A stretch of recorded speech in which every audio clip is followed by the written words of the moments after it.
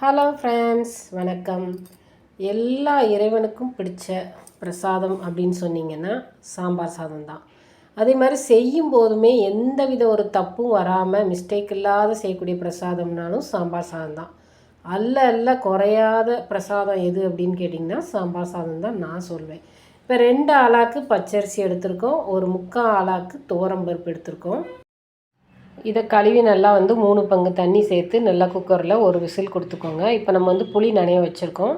இப்போ காய்கறிகள் என்னன்னு பார்த்தீங்கன்னா பீன்ஸ் ஒரு 5, 6, அப்புறம் கேரட்டு, அப்புறம் பூசணிக்காய் கொஞ்சம், அப்புறம் மொச்சக்காய் நான் சேர்த்துருக்கேன். பச்சை பட்டாணி கிடைச்சாலும் நீங்கள் பச்சை பட்டாணி சேர்த்துக்கலாம், சுண்டல் சேர்த்துக்கலாம். அப்புறம் பச்சை மிளகாய், தக்காளி பார்த்திங்கன்னா 3 தக்காளி, வெள்ளை பூசணிக்காய் சேர்த்துருக்கேன், முருங்கைக்காய் சேர்த்துருக்கேன். இந்த காய்கறிகளே போதுமானது. நல்லா ஒரு டேஸ்ட்டுக்கும் நல்லாயிருக்கும் இந்த பிரசாதம் செய்கிறதுக்கு. இதெல்லாம் இந்த மாதிரி கட் பண்ணிக்கோங்க. காய்கறிகள்லாம் பார்த்திங்கன்னா பூசணிக்காய் கொஞ்சம் பெரிய துண்டாக கட் பண்ணிக்கோங்க. மஞ்சள் பூசணிக்காய் கொஞ்சம் சதுரமாக கட் பண்ணிக்கோங்க. முருங்கைக்காய் இந்த அளவு கட் பண்ணிக்கோங்க. பீன்ஸ் கேரட்டை பொடி பொடியாக கட் பண்ணிக்கோங்க. நான் மொச்சக்காய் கொஞ்சம் சேர்த்துருக்கேன். தக்காளி 3 இதெல்லாம் கட் பண்ணி தண்ணி நல்லா கொதித்ததும் பார்த்திங்கன்னா இந்த காய்கறிகள்லாம் சேர்க்கணும். கொஞ்சம் மஞ்சப்பொடி ஒரு 1/2 டீஸ்பூன் சேர்த்துக்கோங்க.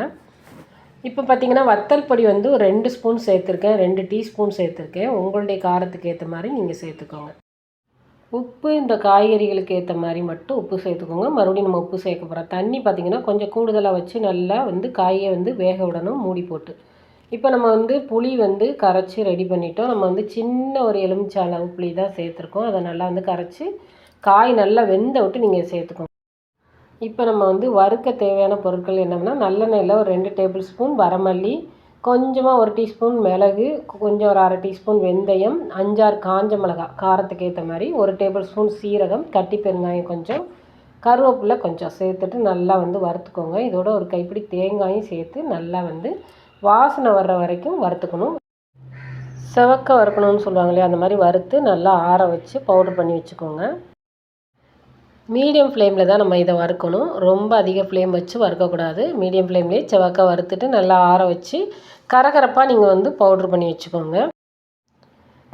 இப்போ நம்ம காய்கறிகளை புளி சேர்த்துருக்கோம். புளியோட பச்சை வாசனை போனதும் நல்லா பார்த்திங்கன்னா இந்த நம்ம அரைச்சி வச்சுருக்க மசாலா விழுது அதையும் சேர்த்துட்டு தண்ணி கொஞ்சம் எக்ஸ்ட்ராவே சேர்த்துக்கோங்க. சேர்த்துட்டு நல்லா கொதிக்க விடணும்.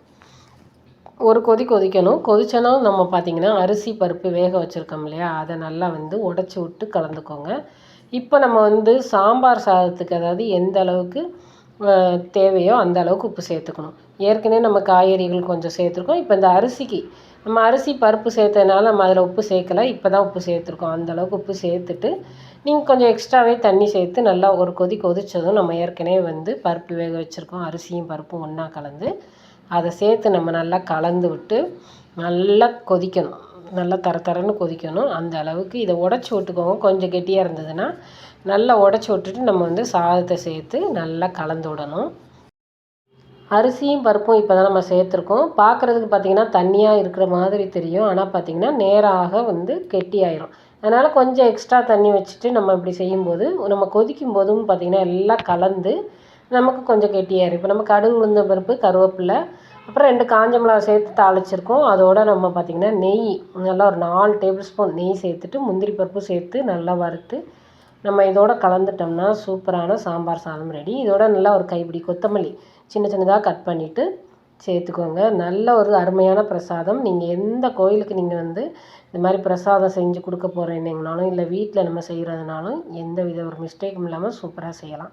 இந்த முறைப்படி செய்யும்போது பார்த்திங்கன்னா ரொம்பவே அருமையாக இருக்கும். ட்ரை பண்ணி பாருங்கள். அருமையான சாம்பார் சாதம். நம்ம சேனலை சப்ஸ்கிரைப் பண்ணாதவங்க சப்ஸ்கிரைப் பண்ணிக்கோங்க. நல்லா இருக்குன்னா ஒரு லைக் கொடுங்க.